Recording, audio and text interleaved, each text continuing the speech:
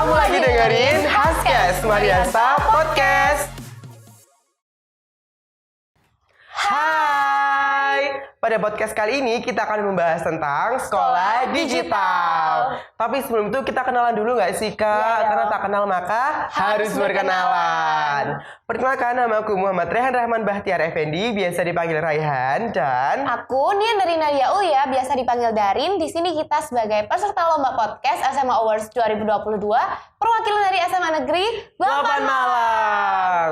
Ngomong-ngomong nih Kak, gimana nih kabarnya Kak Darin? Alhamdulillah baik banget Han. Alhamdulillah. Han sendiri gimana nih kabarnya? Kalau aku jujur sebenarnya lagi agak pusing ya Kak. Karena kan minggu-minggu ini tuh minggu-minggu ujian, jadi lagi sibuk banget belajar.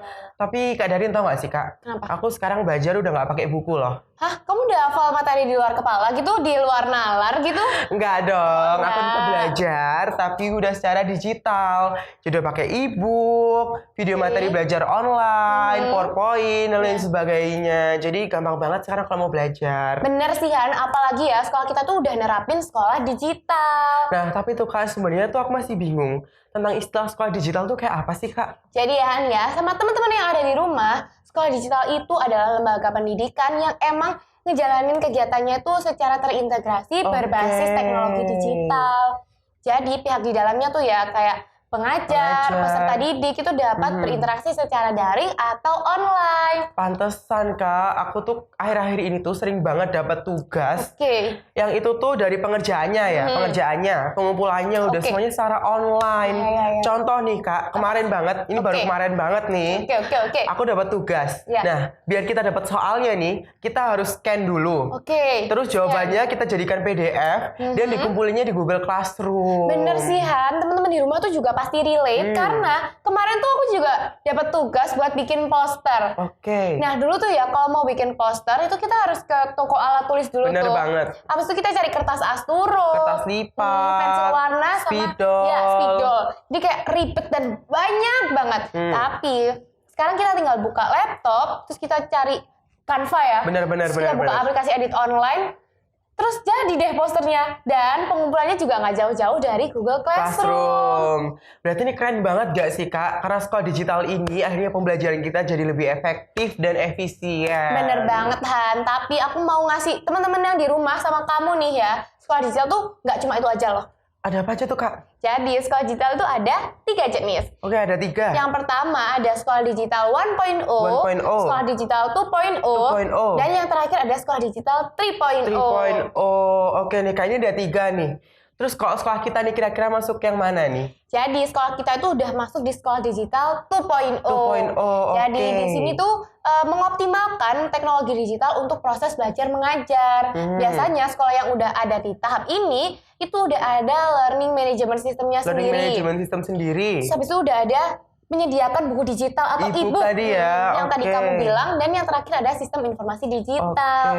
Jadi biasanya tuh ya siswa-siswi yang ada di tahap ini tuh udah mengoptimalkan HP mereka untuk proses belajar mengajar. Jadi HP-nya nggak dibuat mainan aja ya, Iya, Kak? jadi sangat nggak dibuat TikTokan aja. Benar.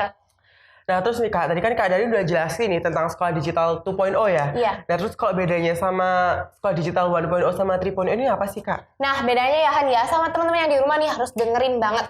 Untuk bedanya, untuk sekolah digital 1.0 itu fasilitasnya udah ada proyektor. Udah ada komputer. Dan ada lab TIK.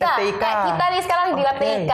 Dan yang terakhir yang sangat-sangat dibutuhin nih. Apa nih? Wifi Han. Oh iya, bener banget. Jadi wifi ya, kalau kita nggak ada wifi kayak nggak bisa hidup ya. Kayak kita hidup di goa gitu ya. Nggak bisa ngapa-ngapain gitu. Jadi kayak sekolah kita tuh di semua kelasnya ada akses wifi-nya. Bener sih Kak, berarti sekolah kita ini sebenarnya udah nerapin sekolah digital 1.0 ini udah dari lama ya Kak. Kan? Dan kemarin kayaknya waktu pandemi itu emang bener-bener dioptimalin jadi sekolah digital 2.0.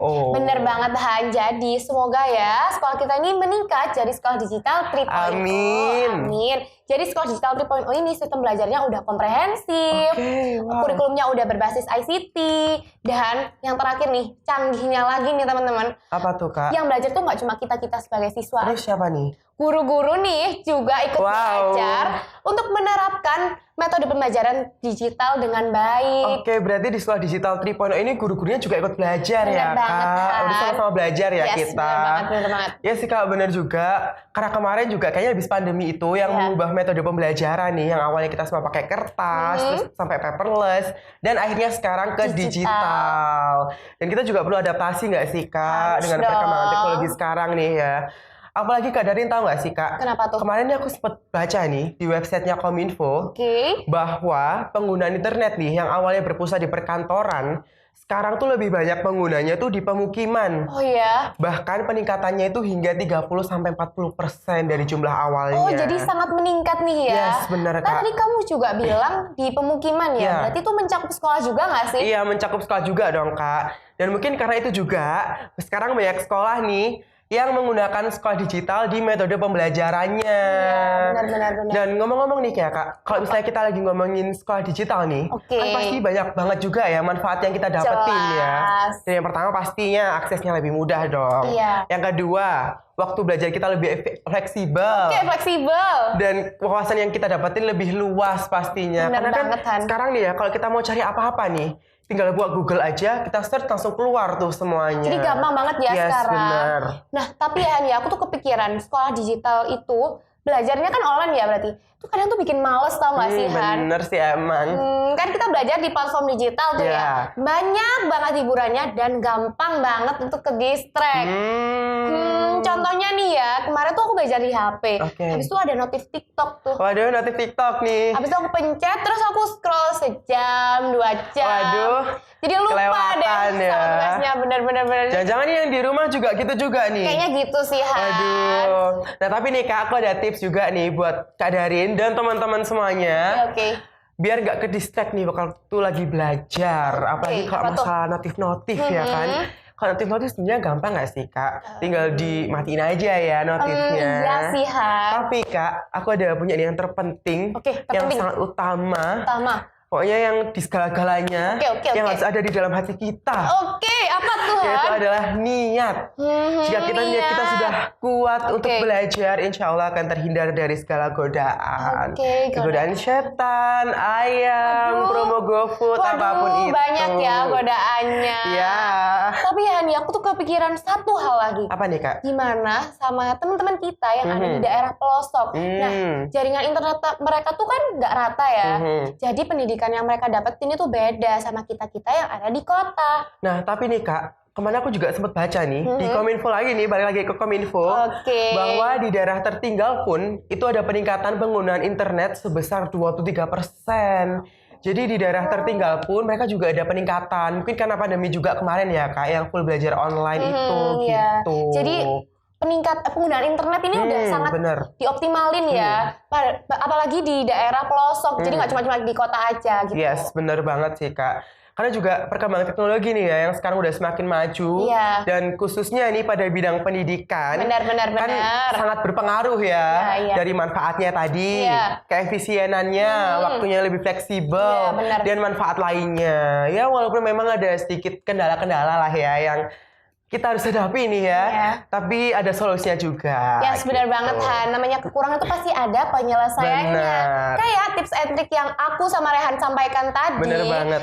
Dan metode pembelajaran yang sekarang sama dulu tuh udah pasti beda banget. Dan sekolah digital ini jadi lebih mudah. Jadi kita harus lebih semangat. Nah, benar kata Kak Darin, kita harus lebih semangat. Karena teknologi sekarang nih udah semakin maju, udah semakin berkembang.